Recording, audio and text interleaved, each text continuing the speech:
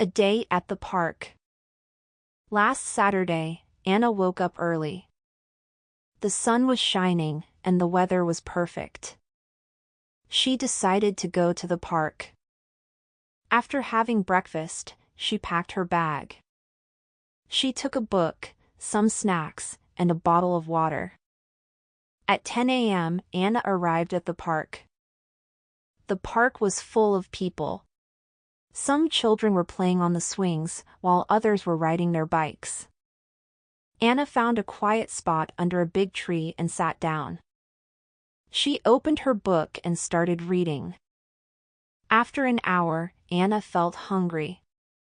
She took out her snacks and began to eat. While she was eating, a little dog came to her. The dog was small and white with a cute black nose. It looked at Anna with big, round eyes. Anna smiled and gave the dog a piece of her sandwich. The dog wagged its tail happily and ate the food.